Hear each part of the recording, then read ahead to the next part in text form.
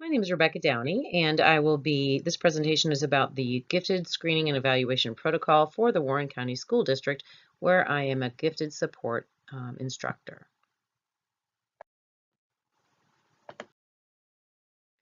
The slides here listed show the steps in our current evaluation and screening process. As I go through the slides, my narration will explain the parts of our protocol that I feel need changed or adapted in some way. The first step in the process is a teacher or principal is going to request that a student be screened for gifted, or a parent will submit a written request to the principal to begin the screening evaluation process.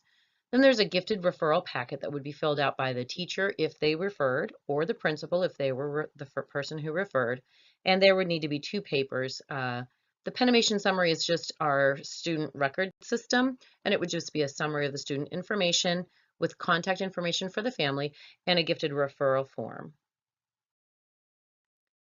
The gifted referral form, when filled out by the teacher, gives some information about why they think the student should be screened for the gifted program. And it requires the teacher to check the B file to see if the student was screened previously, what the results of that screening were, and then to check their file for any medical, hearing, or visual or other concerns or diagnoses. Also, there's the requirement that they submit this information to the building assigned gifted support case manager. This has actually not been happening, so we would need to clarify this. Typically, this form is then submitted to the gifted teacher in our district who is designated as the screener.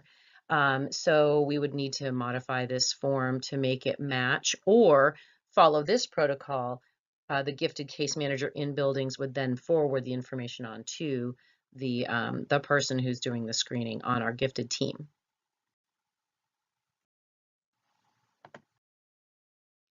Step 2 is quick. It's the principal signs the form approving the referral and forwards the packet on to the gifted support teacher who's in charge of the screening.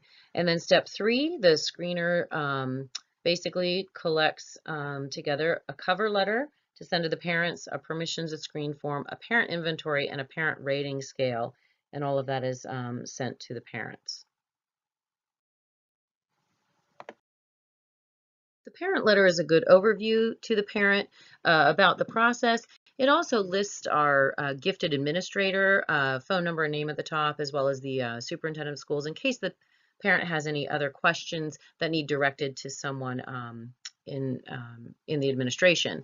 Also, there's one part of this form a little ambiguous. It's the fact that the child's teacher will also complete a teacher questionnaire for the youngster. At this time, those teacher input forms have not been requested from the teacher until after the screening is completed with the KBIT and the other pieces of screening information. If the child is recommended by our team to proceed with full evaluation, that's when they usually have the teacher fill out the information forms. So this may be something that at one point the information was collected at this point, and it's something we'll have to discuss as a team. I feel the information would be more valuable earlier on in the process.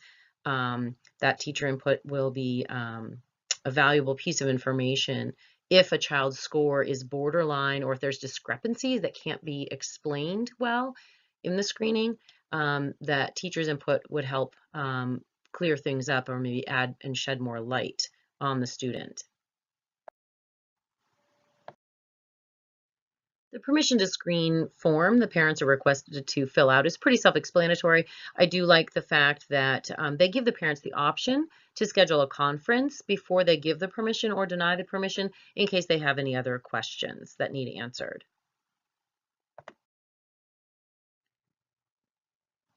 The gifted support parent inventory are open-ended questions. This is page 1 of 2 pages.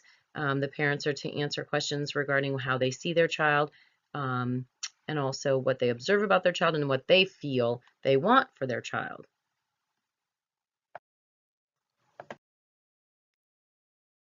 The parent inventory is a list of questions that they ask the parent to fill out, and I feel it's pretty comprehensive, asking not just what the parent sees their child doing, as well creativity, as well as hobbies, interests, future aspirations, job, vocational aspirations, But also it has a section number 14, does your child have any factors that could be masking giftedness? And this is very important because the parents know the child better than the classroom teacher, who may have only known this child for, say, a month or two in class.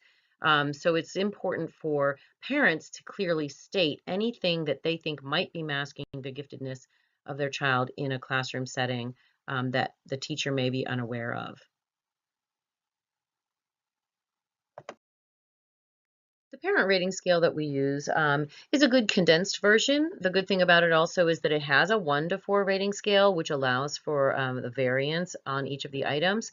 Our district may want to look at maybe a more in-depth parent rating scale like Rogers PIP, Parent Information or Inventory for Finding Potential graph, because it does break things down into subcategories with 5 different categories of a mean scale score in each of the different 5 domains. So it's something that we could discuss for possible improvement.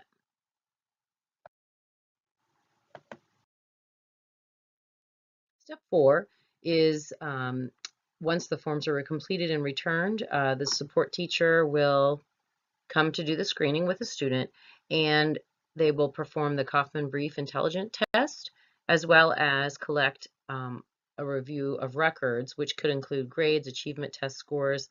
For third and up, it's PSSA. For high school keystones, DIBBLES, which is the reading scores. We also have a computer program we use currently, Success Maker, math and reading, so we would get the levels, the current assigned course level, which is a grade level equivalent for each of those subject areas, and then benchmark scores and or CDTs.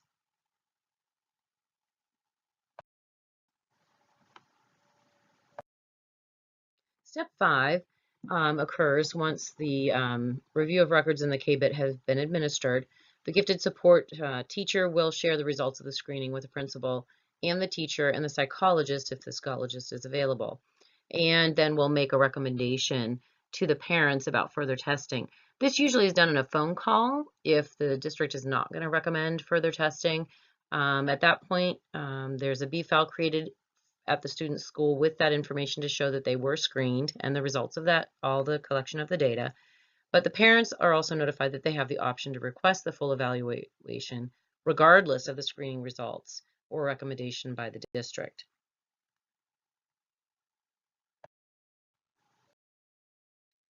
Step 6 is if further testing is recommended and our district protocol needs to add or requested by parents, permission to evaluate is sent to the parents. Teacher input form and Cheska sales for rates of acquisition and retention will be sent to the classroom teacher to fill out and return to the gifted screener.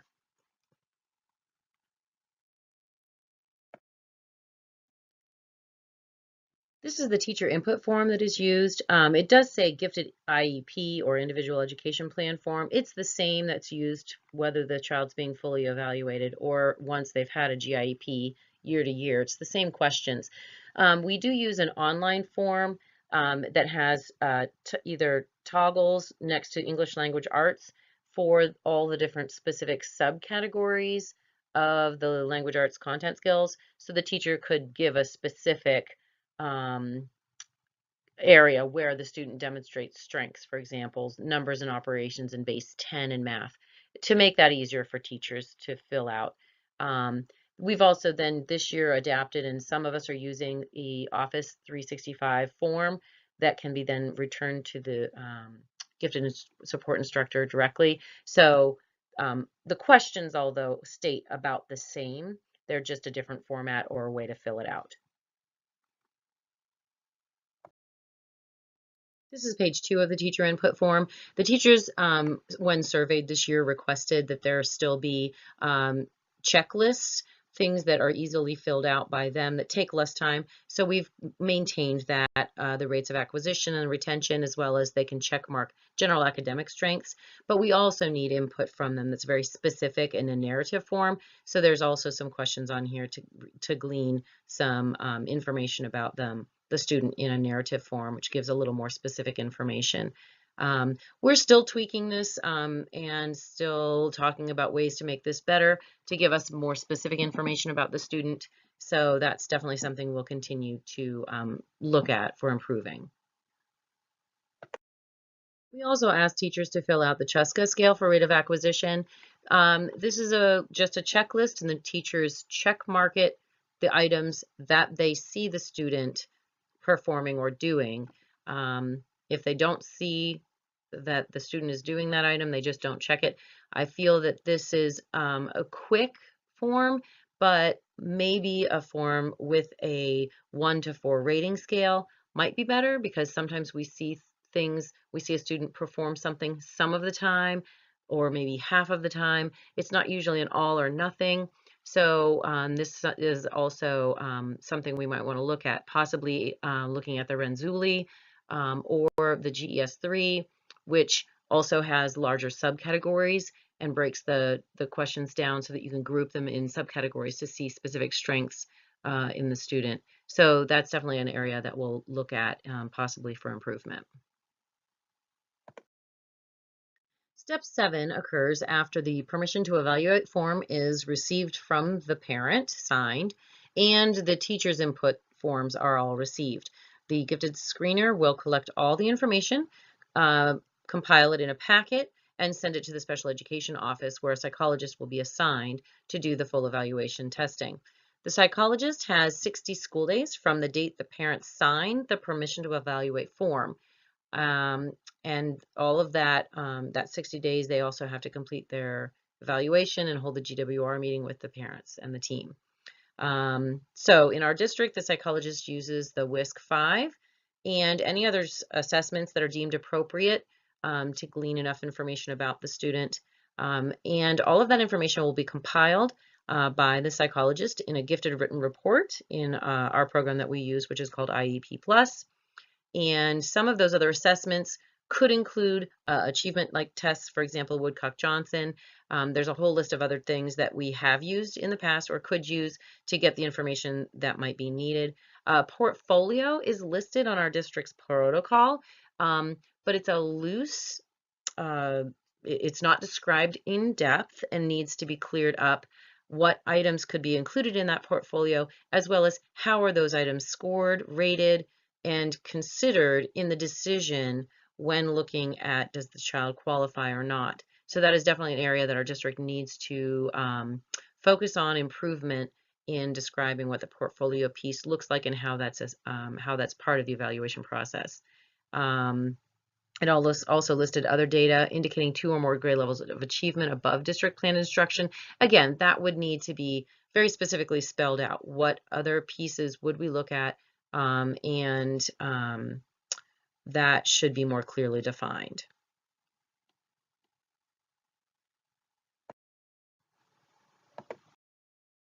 Step 8 occurs after all of the pieces of testing have been completed by the school psychologist and the GWR is written and all the data is compiled that had been collected over this entire process.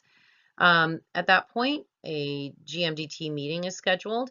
An invitation is sent to the parents to attend the meeting. And if the student qualifies for and is in need of gifted support programming, a GIP will be written.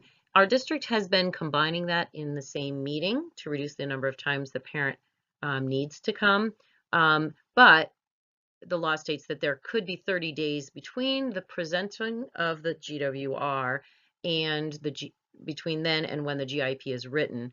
But we've just simplified the process, and in most cases come prepared with the information to develop a goal for a GIEP.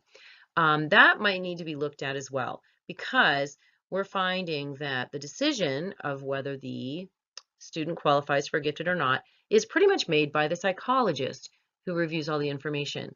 There isn't actually a point in time where the team discusses all the data to then make the decision.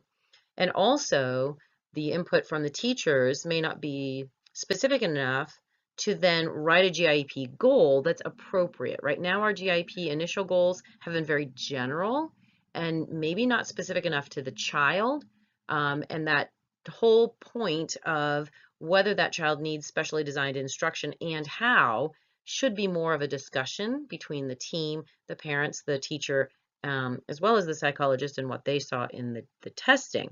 It should all be more developed as a team. So that's something that we'll definitely want to look at in the future in our protocol. So the documents are, of course, listed down below, and those would be created as the process would occur. And this is just definitely one portion that we think could be reviewed and revamped to be improved to the best benefit of our children. We just find that there's quite a few students who are not qualifying in recent years, and maybe there's some students that are slipping through that should be qualified.